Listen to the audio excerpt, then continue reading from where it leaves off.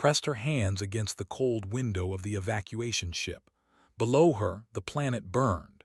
Huge fires covered the city she had known all her life. The oceans reflected orange light from the flames. She watched as another explosion tore through the capital city. Her home was down there somewhere, now just ash and dust. The ship shook as it pushed through the atmosphere. Around her, thousands of others filled every space. They sat on the floor, stood in hallways, held crying children. The air smelled bad from too many bodies in too small a space. No one spoke much. What was there to say? Their world was dying. "Move away from the window," someone said behind her. Turned to see, still wearing her military uniform. The commander's face looked tired and old, though she was only 40 cycles. "Looking won't change anything." "How many?" asked. Her voice barely worked. Understood the question. 6 billion dead, maybe more. They didn't just attack military targets, they hit everything. Cities, farms, schools, hospitals, they wanted us gone. Felt sick. 6 billion. The number was too big to understand. She had lost her family, her friends, her students at the university. Everyone she had ever known was likely dead or dying. "Where are we going?" asked. "Anywhere that will take us," said. "We've sent messages to 40 different species. We're begging for help." The ship jumped to faster-than-light speed, disappeared behind them, would never see it again. She found a spot on the floor and sat down. Around her, children cried. Adults stared at nothing. Some prayed to gods that had not saved them. 3 days passed in that crowded ship. The air got worse. Food ran low. People got sick. Helped where she could, using her scientist training to organize water distribution and care for the ill. It gave her something to do besides think about the dead. On the 4th day, called an emergency meeting with the ship's leaders. Attended because she had become one of the organizers. 40 people crowded into a small room. "I have responses from the 40 species we contacted," said. Her face looked even more tired. 39 said no, they won't help us. They're afraid that we'll attack them next if they take refugees. Silence filled the room, felt her last bit of hope die. They had nowhere to go. They would die floating in space. "What about the 40th?" someone asked. His expression changed slightly. The humans said yes. They're offering unconditional sanctuary, no limits on numbers, no conditions. They're sending coordinates to a station called Unity. "Humans?" another person said. "The young species, they've only been in space for 100 cycles." "Yes," said. "They're one of the species in the Galactic Council, but they're the only ones who answered our call." "Why would they help us?" asked. "What do they gain?" "I don't know," admitted, "but we have no other choice." The ship changed course toward human space. 2 weeks later, they arrived at Unity Station, stood at the window again as they approached. The station was huge, bigger than any construction. Ships moved around it like insects around a light. When they docked, was in the first group to disembark. She stepped into the station and saw humans for the first time. They were strange-looking, shorter than, with only 2 eyes instead of 4, and their skin came in many different colors. But what struck her most was their faces.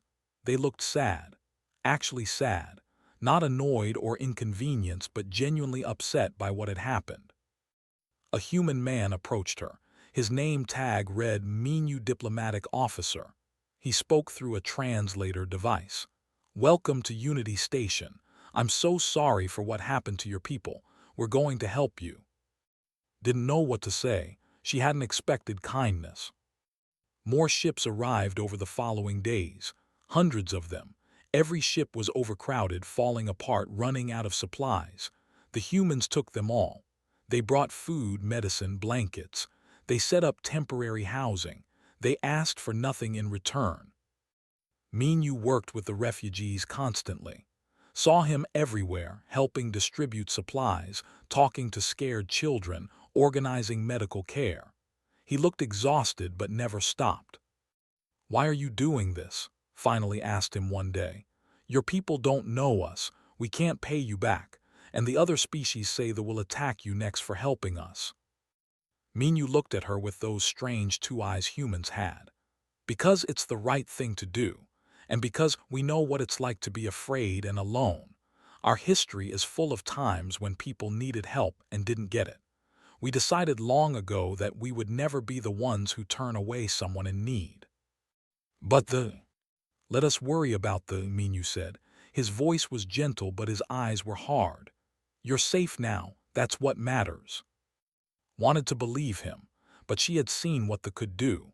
They had destroyed her entire civilization in days.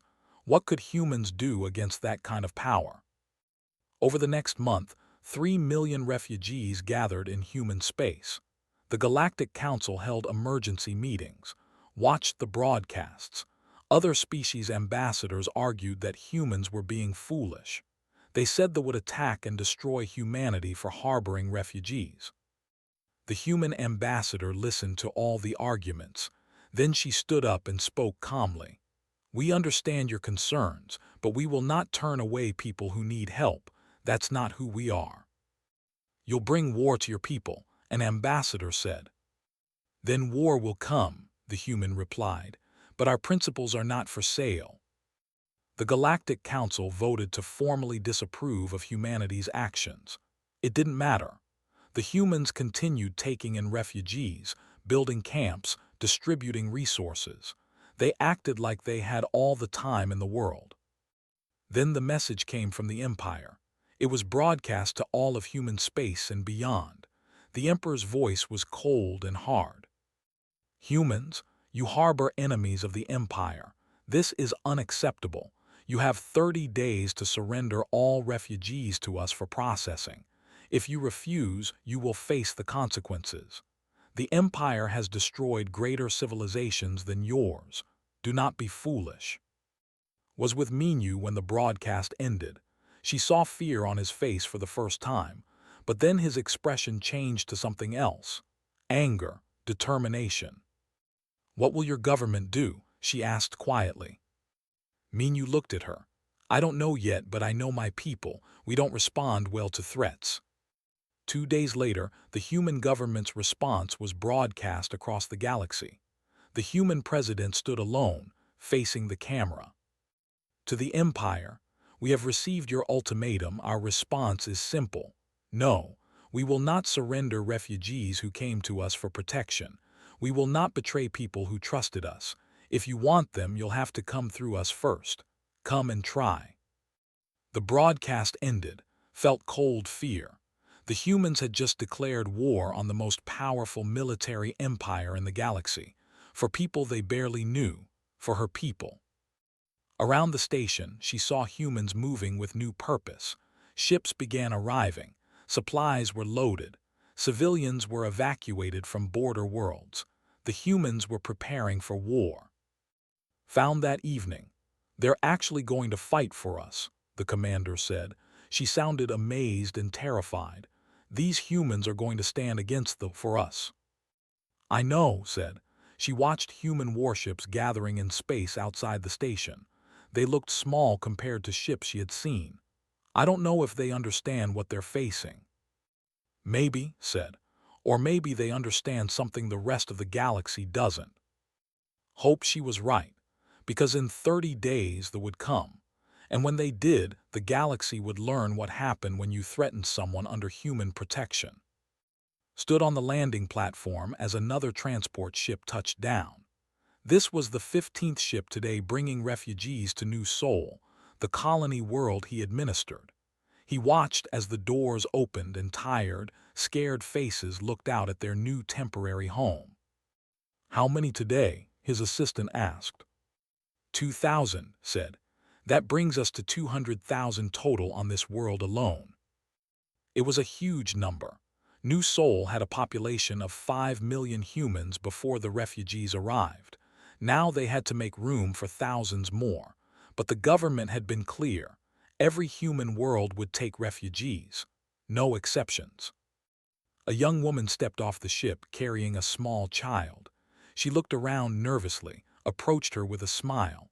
"Welcome to New Sol. My name is, I'll help you get settled." The woman studied him with her 4 eyes. "I am, this is my daughter, is it true? We can stay here, you won't send us away." "It's true," said. "Come, we have housing ready for you." He led them to the refugee settlement on the edge of the city. The humans had built it quickly. Simple buildings, but clean and safe. Each family got their own space. There were schools for children, medical clinics, and community centers. Looked around with wonder. "This is more than I expected." "We want you to feel safe here," said. "You've been through enough." Over the following weeks, work to help the settle in. It wasn't easy. Many were traumatized. They had nightmares. They jumped at loud noises. The children cried for parents who were dead. But slowly, with help and time, they started to heal. Became a teacher in the refugee settlement. She had been a teacher on before the attack. Now she taught children their history and language, trying to keep their culture alive. Visited her classroom sometimes. He was amazed by her strength. She had lost everything but still worked to give children hope. "How do you do it?" he asked her one day after class. "How do you stay strong?" Looked at him. "Because someone has to. These children need to know who they are, where they came from. If I give up, what becomes of them?" Understood. He felt the same way about his job. Someone had to make this work. But not everyone was happy about the refugees. Some humans complained. They said the refugees took resources. They said they would attack because of them. They said humans should take care of their own people first. Held town meetings to address concerns. "These people have nowhere else to go," he explained to a crowded room. "Every other species turned them away. If we do the same, they die. Is that who we want to be?" "But what about someone shouted. "They'll attack us. My family could die because we're helping strangers." "Maybe," admitted. "But I'd rather face danger doing the right thing than live safely doing the wrong thing." Not everyone agreed, but most people accepted the refugees. They brought food to the settlement. They donated clothes. They helped with construction, humans, and started working together. Meanwhile, human military forces prepared for war. A military advisor arrived on New Sol to assess defenses. He was a serious man who rarely smiled, showed him around the colony. "The settlement is too exposed," said, studying maps. "If they attack here, the refugees will be vulnerable." "Where else can we put them?" asked. "We're out of space." "We'll build underground shelters," decided, "and set up defensive positions around the settlement. If fighting comes here, we'll protect them." "Do you think they will really attack?" asked. Looked at him seriously. "Yes, they always keep their threats. We have about 25 days left before they come." Construction began immediately. Human engineers and volunteers worked together to build shelters. They dug into the ground and reinforced the walls. Children watched the work with wide eyes. Across human space, similar preparations happened. Worlds near the border were heavily fortified. Civilians were evacuated from the most dangerous areas. The military mobilized ships and soldiers. Humanity was getting ready. The Galactic Council watched with disapproval. Alien ambassadors came to Unity Station to warn humanity, saw the broadcasts. A tall alien with green skin spoke to reporters. "The humans are making a mistake.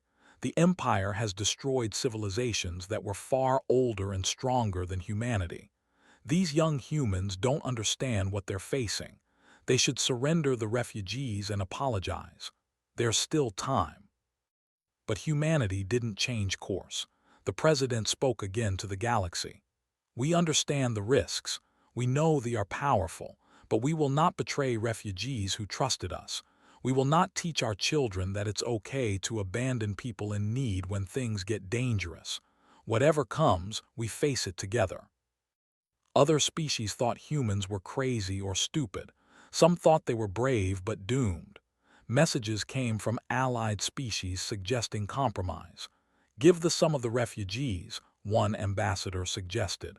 "Show willingness to negotiate. Maybe they'll be satisfied." The human response was always the same: no. heard about these messages. She came to his office one evening. "Your people are going to war for us," she said. "Real war, people will die, humans will die." Why? Thought about his answer. Because a long time ago, humans learned hard lessons.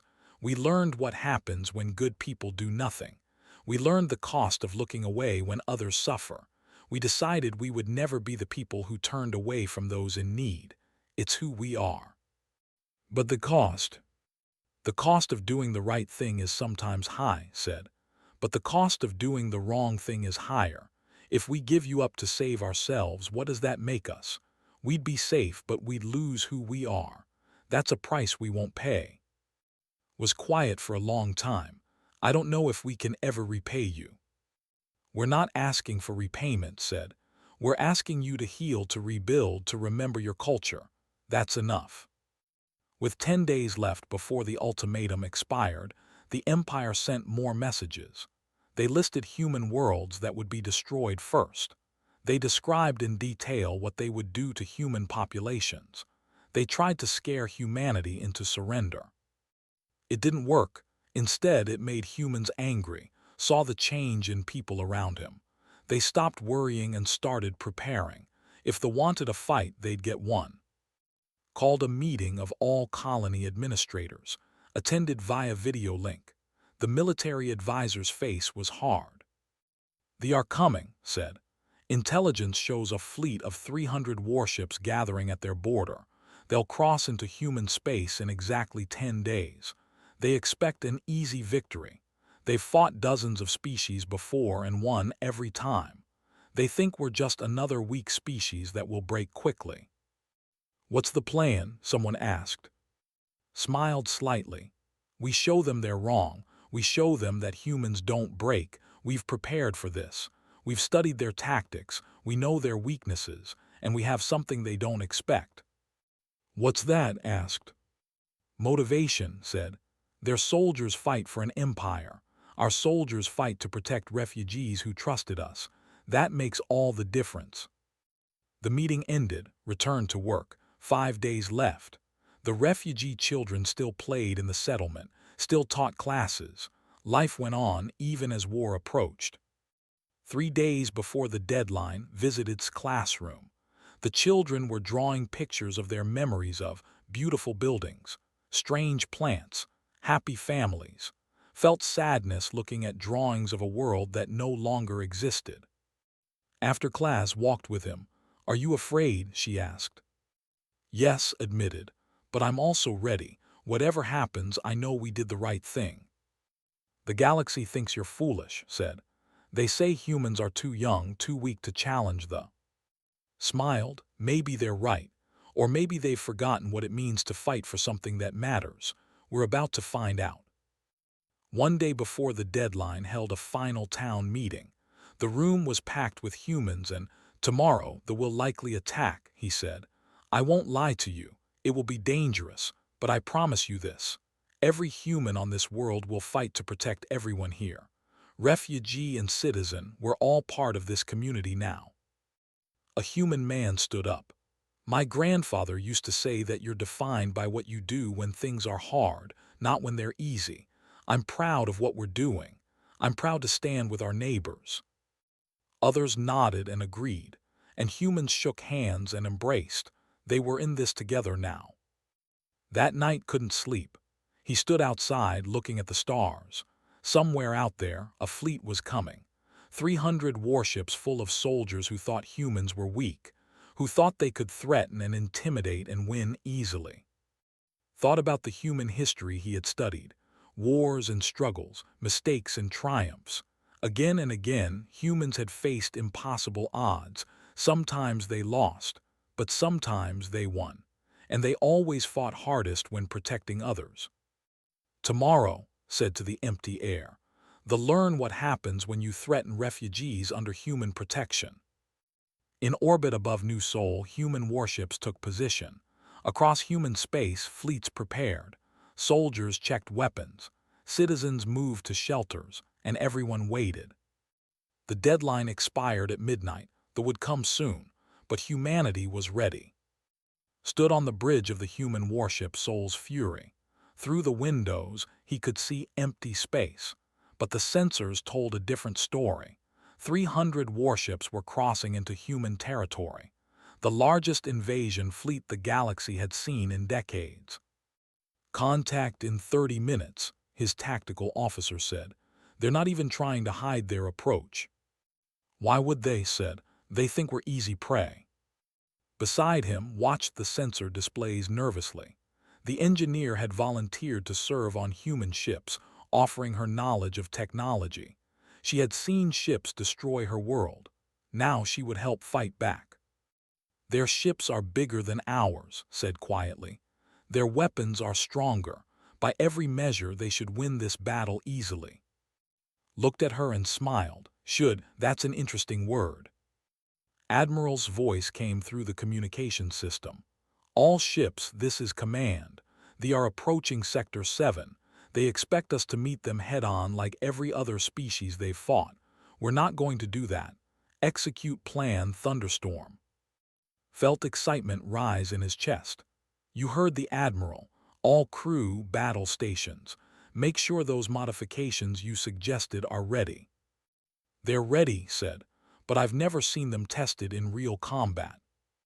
"Neither have the," said. "That's the point." The fleet came closer. They were flying in a standard formation, ships arranged in neat rows, beautiful and precise, and completely predictable, had studied battles. They always fought the same way, overwhelming force, direct assault. They had won so many times that they never changed tactics. "They're hailing us," the communications officer said. "Put it through," ordered. A commander appeared on the screen. He was tall and covered in thick armor. His face showed contempt. "Human vessels, you are outmatched and surrender now and we will allow you to retreat. Refuse and we will destroy you. Then we will take the refugees you are protecting and eliminate them. You have 1 minute to respond." Looked at the commander. "I have a response for you." "Yes." "Come and try." Cut the communication. Around the bridge his crew laughed. They were nervous but ready. They attacked. Their lead ships fired first, launching massive energy beams that could cut through normal shields. But the human ships weren't in front of them. At the last second they had scattered in different directions. Now shouted. The Soul's Fury dove under the formation. Other human ships came from above and the sides. They had been hiding using stealth technology they didn't know humans had. The formation, so beautiful and precise, became a weakness. Ships couldn't fire without hitting their own allies. Ship-fired missiles, but these weren't normal missiles, had modified them using knowledge of shields. The missiles passed through the shields like they weren't there. Explosions bloomed across enemy ships. "Impossible," said, watching the success rate. "The modifications worked even better than I calculated." "Nothing's impossible," said, "especially when the enemy doesn't know you're coming." They tried to adapt. They broke formation and pursued individual human ships, but human ships were faster and more maneuverable. They led into traps. They appeared from unexpected angles. They worked together in ways they didn't anticipate. Admiral coordinated from his command ship. "Remember your training. These bullies are used to enemies who are afraid. Show them what happens when they face humans." A group of ships surrounded the Soul's Fury. They prepared to fire from all sides, should have been trapped. Instead, he smiled. "Activate the surprise," he said. Pressed controls. The Soul's Fury suddenly split its engines into overdrive and launched directly at the largest ship. They fired, but the human ship twisted and dodged. At the last second, just before collision, the Soul's Fury dropped proximity mines and pulled up hard. The ship ran into the mines. Explosions tore through its hull. It began to drift, damaged badly. The other ships scattered in confusion. "They're not used to prey that fights back," said. "Let's teach them." Across the battlefield, human ships executed similar tactics. They used speed instead of strength, intelligence instead of raw power. They turned the confidence into a weakness. but they had numbers. For every ship damaged, 2 more took its place. The battle became harder. Human ships took damage. Some were destroyed. Watched crew members die doing their duty. It hurt, but he kept fighting. "Sir, we're down to 60% weapons capacity," his tactical officer reported. "Shield generators are failing." "How many ships have we destroyed or disabled?" asked. 87. Felt grim satisfaction. Almost a third of their fleet gone or damaged, but humans were losing ships too. This wasn't sustainable. Then Admiral's voice came through again. "All ships, Phase 2, execute Wolf Pack Protocol." Understood immediately. Human ships stopped fighting individually. They formed small groups of 5 or 6 ships each. Each group worked together perfectly, supporting each other, covering weaknesses. They became like wolves hunting prey. Watched in amazement. "I've never seen naval tactics like this. Where did humans learn to fight this way?" "From our own history," said. "Thousands of years of warfare taught us many lessons. One lesson: together we're stronger than apart." The wolf pack tactics devastated the. When they chased one human ship, 5 others attacked from behind. When they focused on a group, other groups struck their flanks. The used to straightforward battles couldn't adapt fast enough. "They're calling for reinforcements," said, monitoring communications. They're frightened. I can hear it in their voices." "Good," said. "Fear is what they brought to my friends. Let them taste it themselves." The battle continued for 6 more hours. It was brutal and bloody. Space filled with debris from destroyed ships, both human and, but slowly the tide turned. They began to retreat, not all of them, just the damaged ships at first. Then more. Then even healthy ships started pulling back. "They're breaking off," the tactical officer shouted. "They are retreating." "Didn't celebrate yet. How many ships do they have left?" "Approximately 160 functional warships. We've destroyed or severely damaged 140. Nearly half their fleet gone." Felt tired suddenly. Victory, but at a cost. He had lost good crew members. Other human ships had been destroyed completely. Hundreds, maybe thousands of human military personnel were dead. "Should we pursue?" his second-in-command asked. "Negative," Admiral's voice came through. "Let them go, but broadcast this message. Tell your emperor that this was just the first lesson. If you come for the refugees again, the next lesson will be taught in your own space." The ships jumped to faster-than-light speed and fled. For the first time in decades, they had been defeated. The mighty empire had lost a major battle. Sat down heavily in his chair. Around him, crew members cheered, but he couldn't join them yet. "Casualty report." His voice was quiet. "We lost 38 human ships, approximately 4,000 human military personnel dead, 12,000 wounded." 4,000 dead. To protect refugees, thought about those numbers. Each one was a person, someone's child or parent or friend. They had died defending others. "Send a message to all surviving ships," said. Tell them they honored humanity today. They fought like heroes. Their sacrifice won't be forgotten." News of the battle spread quickly. Across human space, people celebrated. They had been defeated. The refugees were safe. But in the Galactic Council, the reaction was different. Alien ambassadors watched battle recordings in shocked silence.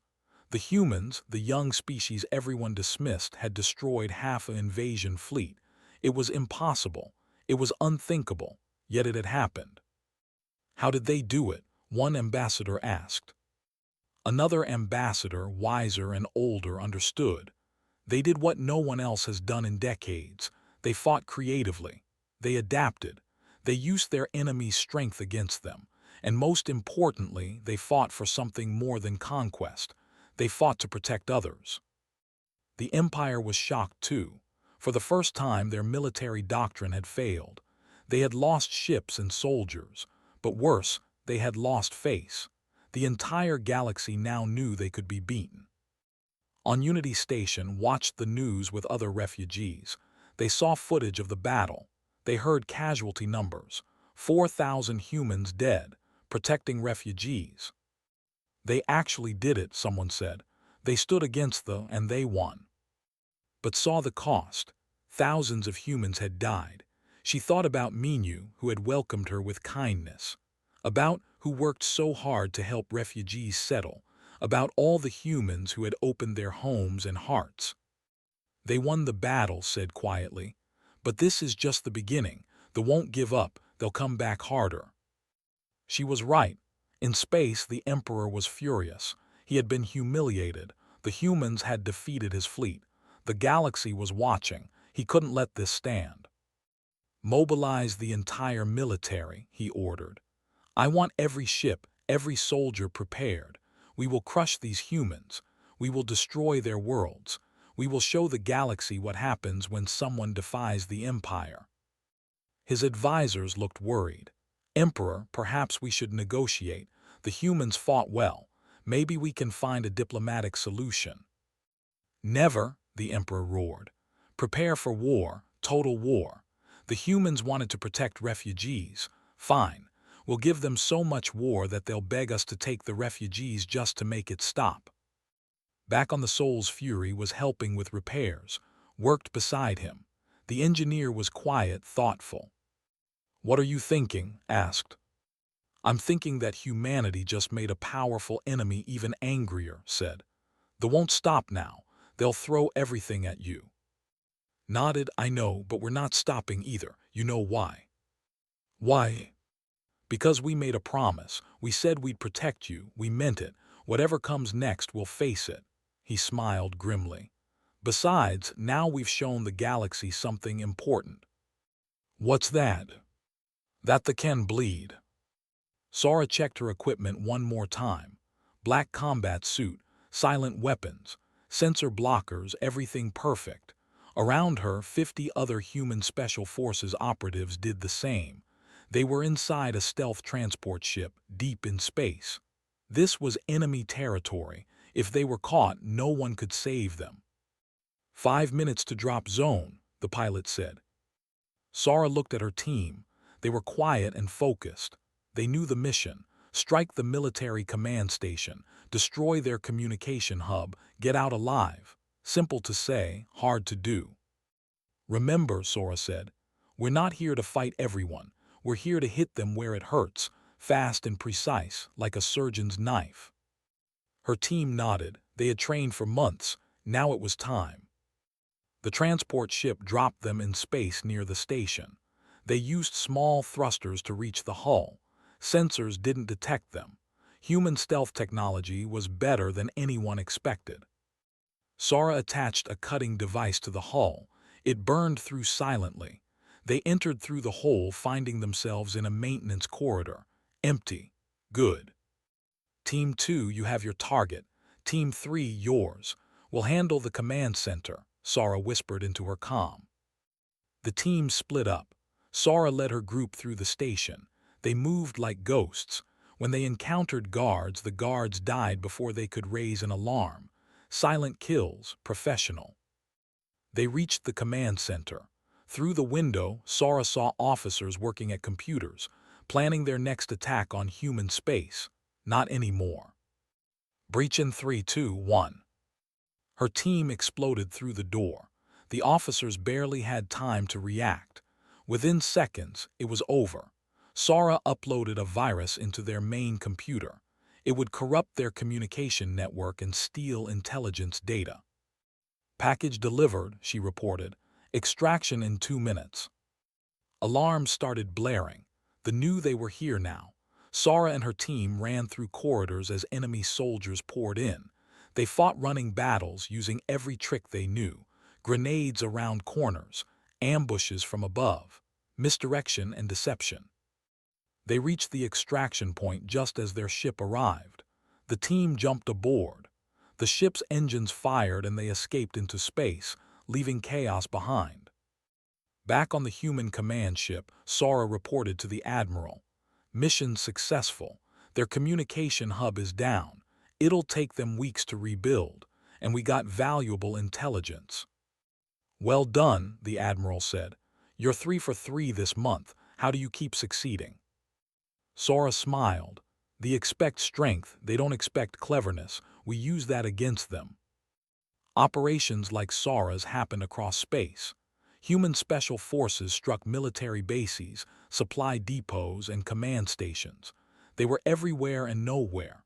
They never knew where the next attack would come. Meanwhile, worked in a different way. The intelligence officer sat in a secure room on Unity Station, analyzing data. He had spent months teaching humans about psychology and military structure. Now he helped plan operations. "The Third Fleet is gathering here," said, pointing at a star map. "Intelligence suggests they're planning to attack the colony world of New Sol."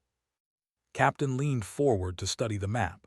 She commanded the stealth ship Ghost of. "How many ships?" "Approximately 200, said. "They want revenge for their earlier defeat." 200, said thoughtfully. "That's a lot." "Too many to fight directly," agreed. "But maybe we don't have to fight them directly." Smiled slowly. "What do you have in mind?" Pulled up more data.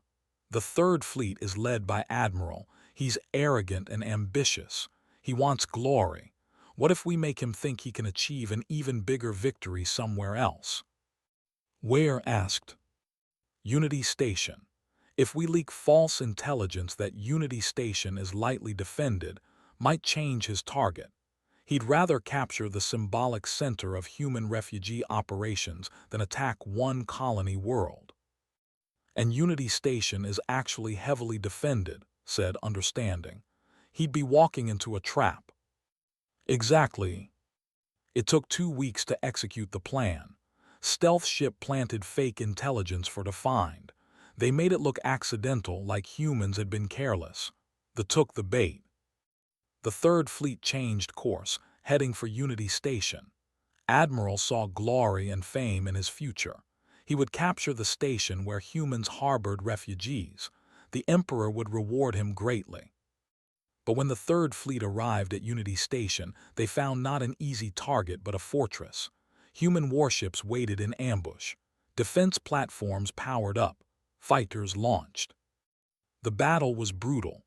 They fought hard, but they were in a disadvantaged position. Human forces had prepared the battlefield carefully. Every angle was covered. Every approach was defended. Admiral realized too late that he had been tricked. His ships were destroyed one by one. He tried to retreat, but human forces cut off escape routes. In the end, only 30 ships from his fleet of 200 escaped. News of the defeat shook the Empire. Another major fleet destroyed. Their admiral dead. It was humiliating. "How are they doing this?" military leaders asked each other. "These humans are supposed to be weak." But understood. Sitting in his office, he explained to and other human officers. "They have fought the same way for centuries. Overwhelming force, direct assault. It works when your enemy is afraid. But humans aren't afraid. You use intelligence, creativity, and tactics instead of just strength. They don't know how to fight an enemy like that." "We're also angry," said quietly. "They tried to genocide they threatened refugees. That makes us fight harder." Nodded. Anger is a powerful motivator. Across human space, the military pressed the advantage. They didn't wait for to attack. They went on the offensive. Human fleets entered space and struck military targets. They freed worlds they had conquered. They destroyed supply lines. The operation was called Reckoning. It was total war. Not war to conquer or enslave, but war to destroy the military's ability to threaten anyone. Sora and her special forces teams continued their raids. They assassinated commanders. They sabotaged weapons factories. They spread fear and confusion. The mighty military started to crack under pressure. In the Galactic Council, other species watched in amazement. Some felt satisfaction. They had bullied the galaxy for so long. Now they were getting punished. Others felt fear. If humans could do this to what could they do to anyone? Several species ambassadors tried to broker peace. "This has gone far enough," they said. "They have learned their lesson. End the war." but humanity refused. "We'll end it when the leadership surrenders unconditionally," the human president said. "We'll end it when they can never threaten refugees again. Not before." The emperor was desperate. His empire was crumbling. His military was being destroyed. His people were scared. He had never imagined this outcome. How could young humans be defeating his ancient empire? He called an emergency meeting with his advisors. "We need to negotiate," he said. The words hurt to say, but reality was clear. "The humans won't negotiate," an advisor said. "They want unconditional surrender." "Then what do we do?" the emperor asked. No one had an answer. Meanwhile took her stealth ship on a special mission. She hunted down the remaining admirals, tracking them across space, not to kill them but to make them paranoid. She would appear on their sensors briefly, then vanish. She would hack their communications. She would make them feel watched constantly. "Why don't we just destroy them?" her crew asked. "Because fear is more powerful than death," explained. "Dead admirals become martyrs. Scared admirals make mistakes and spread panic." It worked. Commanders became paranoid and hesitant. They didn't trust their own security. They made bad decisions. The military structure began to collapse. Back on Unity Station, watched the news with mixed feelings. Humans were winning, they were being crushed. Justice was happening, but the cost. Thousands more humans had died in these operations. Ships destroyed, families broken. She found Minyu one day. He looked tired but determined. "How can you keep doing this?" she asked. "So many of your people are dying." Minyu looked at her seriously. "Because if we stop, they will recover and attack again. Because other species are watching. Because we need to show the galaxy that genocide has consequences. And because we promise to protect you. We don't break our promises." "I feel guilty," admitted. "All these deaths for us."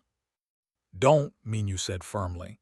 "These deaths are because they chose genocide, because they chose to threaten refugees.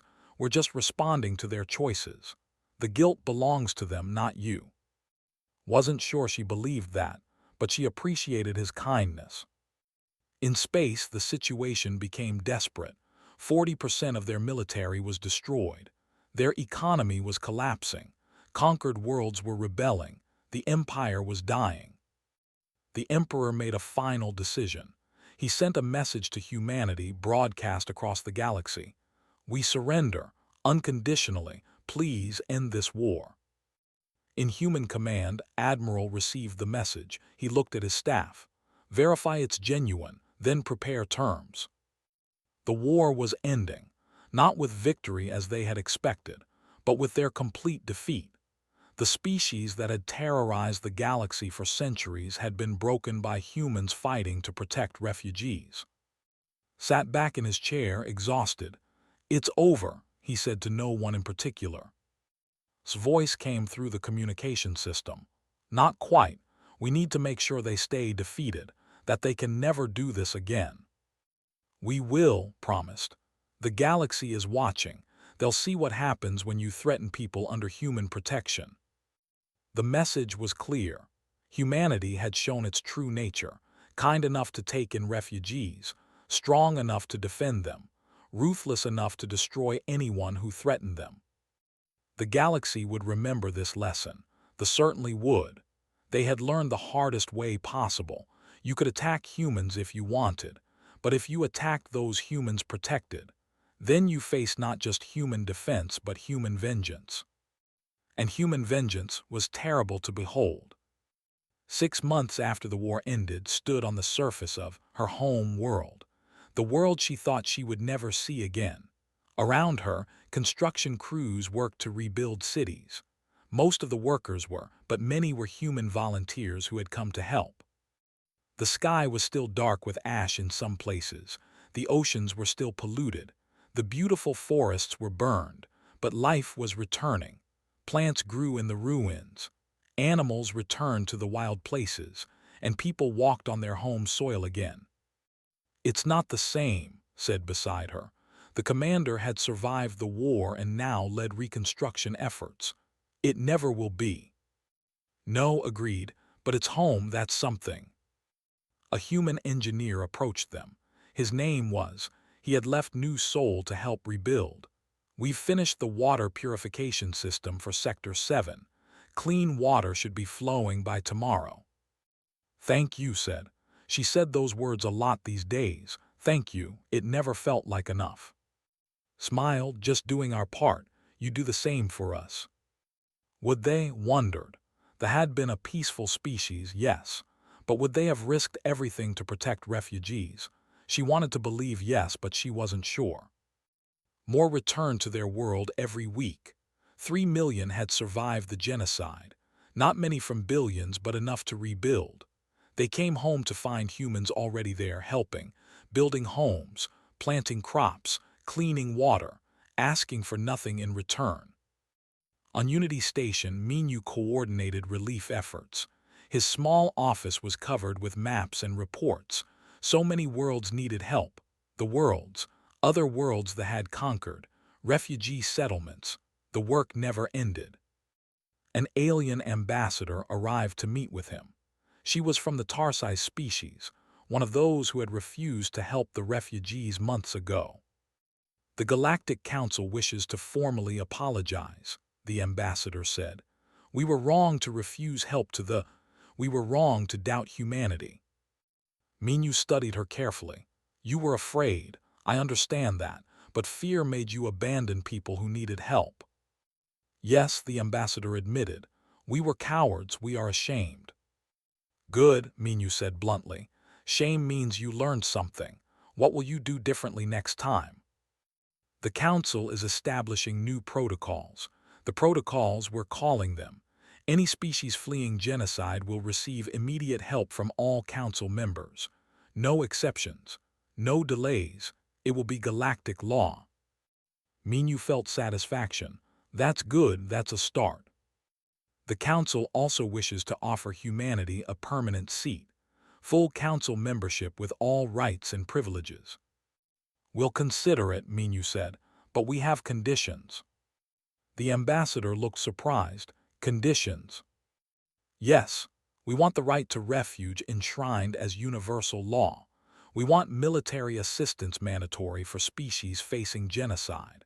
We want the military dismantled completely, not just reduced. And we want monitoring to ensure they never rebuild their war machine. Those are significant demands. They're not demands, Minu corrected. They're requirements. The galaxy stood by while they committed genocide. That can never happen again. If the Council agrees, we'll join. If not, we'll do what we've always done. Protect those who need protection with or without Council approval. The ambassador left to deliver the message. Minu returned to his work. So much to do, always so much to do. In the Empire, or what remained of it, reconstruction happened slowly. Human forces occupied the major worlds, ensuring peace was kept. Military was disbanded. Their weapons were destroyed. Their warships were scrapped. Many were angry. They had been a proud warrior empire. Now they were occupied and defeated, but they were also alive. The humans could have destroyed them completely. Instead, humans forced peace. Walked through the capital city. He was part of the oversight team, ensuring the followed surrender terms. It felt strange being here.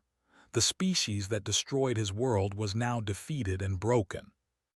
A young approached him. Are you? She asked in broken galactic common. Yes, said. My father fought in the war. He died attacking your refugee ships. I was taught that we're weak and deserve destruction. She paused. I was taught wrong. I'm sorry for what my people did. Looked at her. She was young, maybe 16 cycles, just a child when the genocide happened. What's your name? Your father made a choice. You're making a different choice. That's what matters. The future doesn't have to repeat the past. Will ever forgive us? She asked. Thought about that. I don't know. Forgiveness is hard, but we can try to build something better going forward. That's all any of us can do. He walked away thinking about the conversation. Hatred was easy. Forgiveness was hard. Building peace was hardest of all, but it was necessary. On Earth, the human memorials were built. One large monument listed every human military member who had died in the war. 50,000 names. 50,000 people who would never go home, who died protecting refugees they had never met. Visited the memorial with other survivors. They read the names quietly. Each name was a person, someone's child or parent or friend, someone who chose to fight rather than turn away refugees. Why did they do it? A young asked. Why did so many humans die for us? An old human woman nearby heard the question. She had lost her son in the war. Because it was right, she said simply. Because we're defined by what we do when things are hard. Because a life spent protecting others is a life well lived. She touched her son's name on the wall. I miss him every day, but I'm proud of what he did, proud of what all of them did. Felt tears on her face. She wasn't alone. Many cried at the memorial. The weight of human sacrifice was heavy. Later, she met with Minyu one final time before returning to permanently. They sat in a small cafe on Unity Station, drinking tea. I still don't fully understand, said.